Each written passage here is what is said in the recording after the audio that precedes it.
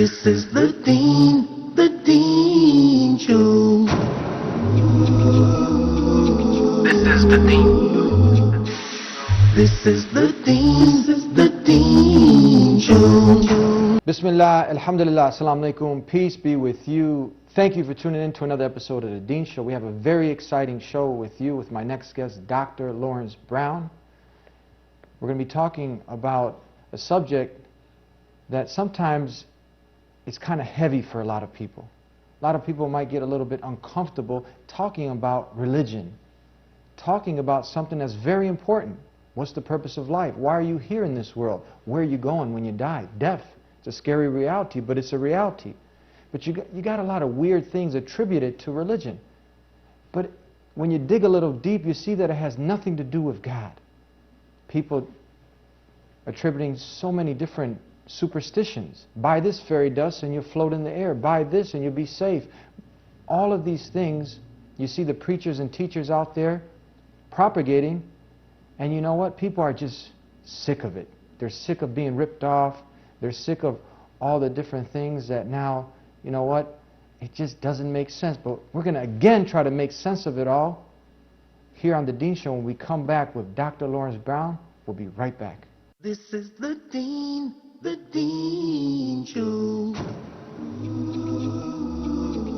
is the Deen. This is the Deen Show.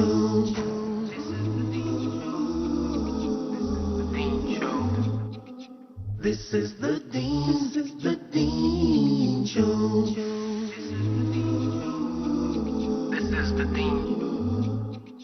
This is the Deen Show. This is the Deen Show. Assalamu alaikum, peace be with you. Wa alaikum salam wa rahmatullahi wa barakatuh. Dr. Laurence Brown, back on the Deen Show. How are you feeling? Pretty good. Thank you for finding the time. People can go to thedeenshow.com. You have your conversion story and other great shows that we've done with you. You have a PhD in religious studies. You have a DD, Doctor in Divinity. You were trying very hard to be a Christian. You used to be an atheist. Now you're one who's chosen consciously to surrender and submit to the one God. That's a Muslim. Defining these words I feel are very important. Now, you heard me open the topic. Religion is very heavy. People don't want to talk about it. You know what? Many things have been attributed to the religion. You know, people, I mentioned fairy dust. People are selling these statues, icons, you know, these amulets, and making money. It's become a big business. Preachers and teachers doing cartwheels. It's a big show, showtime, you know, a business. And you know what? It's corruption, and people are exploiting people, and people are fed up. They're sick of it. But do we blame God or do we blame the people? Truth being mixed with falsehood. People are fed up. What do you got to say about this, Dr. Brown? I guess to begin with, I would back up because you said people are sick of talking about religion. One thing I have to say is no, actually people are not sick of talking about religion. People are very happy to talk about religion as long as you agree with them. As long as they're talking about, you know, their brand of religion.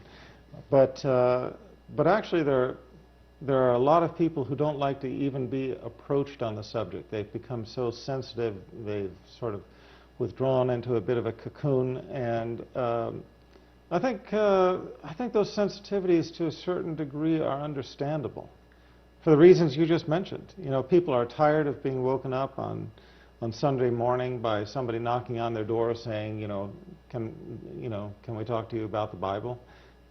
They're tired of being approached in different ways. They see or have seen with their own eyes how religion has been manipulated, how charlatans have used religion to misguide others. Charlatans. Please, what do you mean by charlatans? Charlatans, basically confidence men, con men. Con men. Yeah, basically people who are using religion as a tool by which to accomplish their worldly ends. Mm-hmm. They act like they're all pious and righteous while they're building a $5 million mansion on the donations of their followers, and they're basically ripping people off, as you said, ripping people off in the name of God. Now, you heard me mention fairy dust, and you heard me mention, and you just talked about it, manipulation, stealing people's money, telling them, okay, no, and you see a lot of this late night. You'll stay up one night and you come home and you feel something's missing. You might have just come from the nightclub, you might have just come from a breakup, and you sit home and now there's no one around. You got some peace of mind and you're reflecting because it's a rat race of life. But now you turn on the TV and there's someone trying to exploit you. They're saying, you buy this dust, we put it in an envelope, and we'll send it over to you for $9.99, and all your prayers will be answered. And now they attribute this to religion, and they attribute this to God, these superstitions, and all these other crazy ideas and gimmicks, and people just get fed up. What are your thoughts on this? You know, what can we say? I mean, we all know about this. There are a lot of you know, so-called holy things that are promoted in different religions, whether it's holy water, or whether it's an action such as faith healing, or whether it is something being sold as a sacred amulet, or something that will bring you good luck, or just selling prayers, basically. That's it, selling prayers, yes.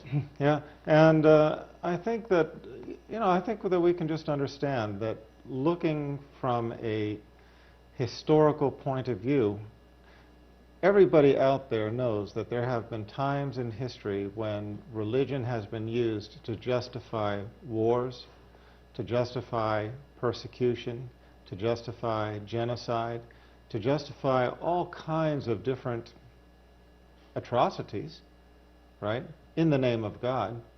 And yet, deep down, we know that these are not godly things. These things that were done in God's name were not godly things.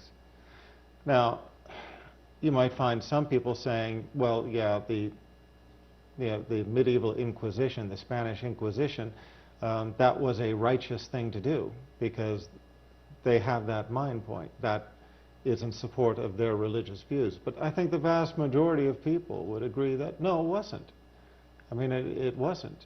I mean, torturing and killing people just because you were intolerant of their beliefs, is that something that we see in the example of Jesus Christ? Is that something that we see in the example of Moses, Abraham, Ishmael, Isaac?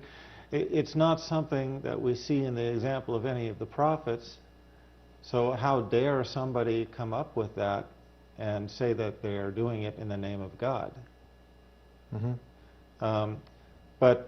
So although there may be some people who defend it because it fits their ideology, I think the vast majority of people agree that it was a crime, it was a sickness, it was genocide. And it doesn't matter whether we're talking about the Inquisition, it doesn't matter if we're talking about different religious wars, if we're talking about colonialism, if we're talking about slavery. I mean, slavery was founded upon a religious principle, the curse of Ham. Okay, the concept that one of the sons of Noah was cursed, and in being cursed, his people became people of color and became cursed to servitude. And on this basis, Christians justified the parasitic slavery that developed in the history of England and America. They justified colonialism, where they colonized, where they colonialized different countries where the natives were darker skinned than them, on the basis of the curse of Ham. Tell us, Dr. Brown, now, how should people approach this subject with your experience, even though someone might have left their child with what they presume to be a righteous individual, and now the child gets molested? You have an individual who took their whole life savings and they invested into this fairy tale dust. And now, you know what, they're really distraught. They don't know how to approach the matter because they've been let down. Even though you have all these crazy things out there being attributed to the religion of the creator of the heavens and earth. That's really the crux of the matter. And the fact is, of course, they shouldn't give up. But I think what you see that a lot of people do is they kind of retract into their own private beliefs. A lot of people had enough experience getting sort of, hurt either physically or emotionally. Okay, the number of people who are actually physically abused by a man of religion are fairly few. But the number of people who have been emotionally abused, who have found that in the end the religion did not give them what they needed, found that over time they gave away a lot of their money, they gave away a lot of their effort, a lot of their time. They took a great deal from their life, but in the end they didn't get what they expected from the religion. They ended up feeling used, feeling deceived. That number is fairly large. Let's take a break there. We're going to continue on with Dr. Laurence Brown here on the Deen Show. I just want to say, very simple message. He is the maintainer. One of the beautiful things about our religion of Islam is the emphasis on direct ritual and prayer to God directly. There is no intermediary. The lights will go on after the party, and the party will end. It's very simple and very clear. There are no superstitious rituals, no strange incantations. Time's running out. We might not make it till tomorrow, and this is something that we need to think about. Back here on the Deen Show with Dr. Laurence Brown. It's always exciting to have you here in the studio, and we're talking about religion. Now, before we continue on, you know, people tune in are not yet Muslim neighbors and brothers in humanity. They tune into the Deen Show because they want to see what these Muslims are all about. So we know in Islam there aren't any strange incantations, no superstitions. We don't sell fairy dust. We don't want the people's money. We just want people to really reflect what's the purpose of life. Why have you been created? And use the logic and reasoning that God gave you and ask God directly, direct dial-up for guidance. It's very simple. God's not a man or a woman. He didn't walk the earth. You couldn't take his picture. He didn't have a zip code. He's the one who created all things, but he's not what he created. It's very simple. It's very rational.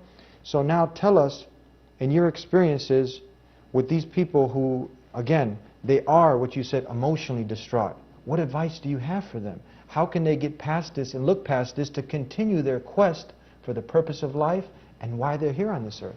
Right. Well, you know, here is what I think happens. A lot of people, they become so disappointed in religious institutions, they become so disillusioned that they basically retract into their own private beliefs.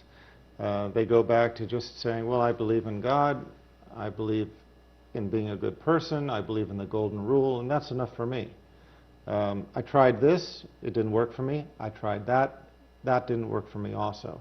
And then I tried everything in between, or whatever this person has tried in their life, it didn't work out for them. So they retract into their own personal beliefs, and that suffices for them. However, many people, when they are exposed to a religion that does not ask for their money, okay, it does not try to play tricks upon them, and it does explain what they have experienced up to this point. It does explain the disappointments. Why were you disappointed? Because of this. Why are there people misusing religion? Because of that. You know, how does misguidance fit into all of this? It has a role.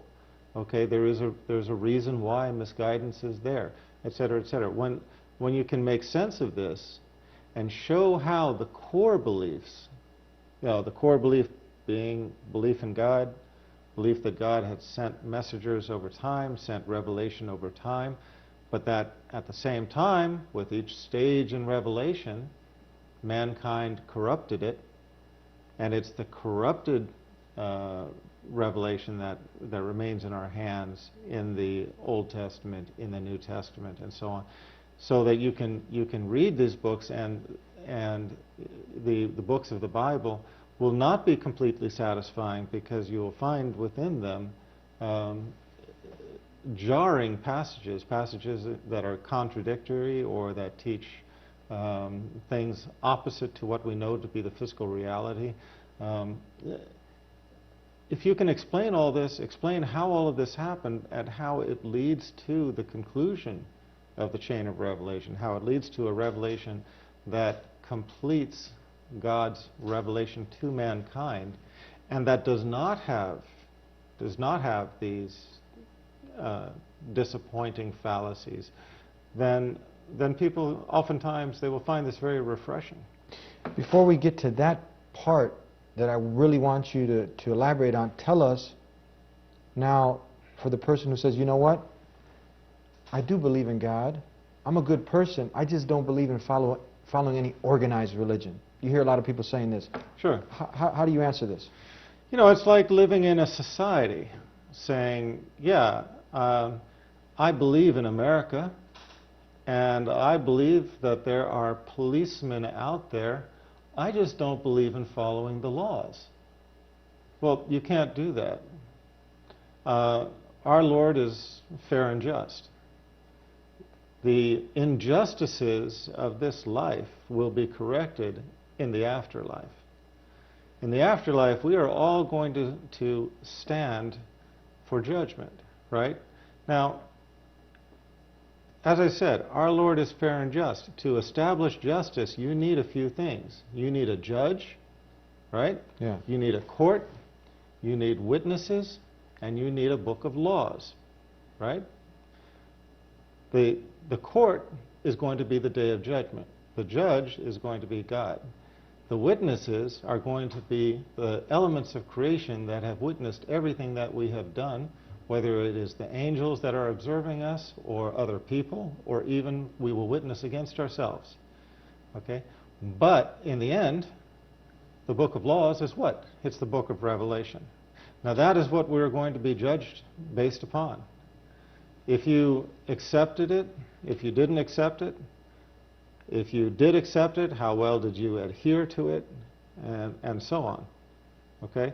So you can go ahead. I mean, it's fully within your rights to say it's enough for me to believe in God and just to be in, just to follow in the line of my personal beliefs. You can choose that religion if you want to, but the question is not whether we choose that religion, but whether God chose that religion for us.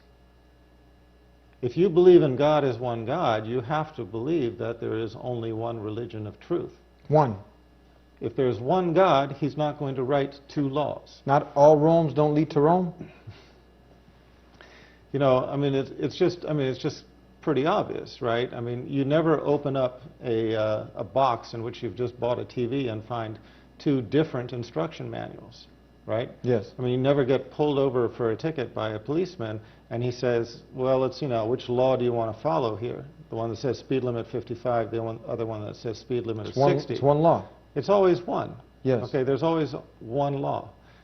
Our Creator is the creator of the heavens and the earth.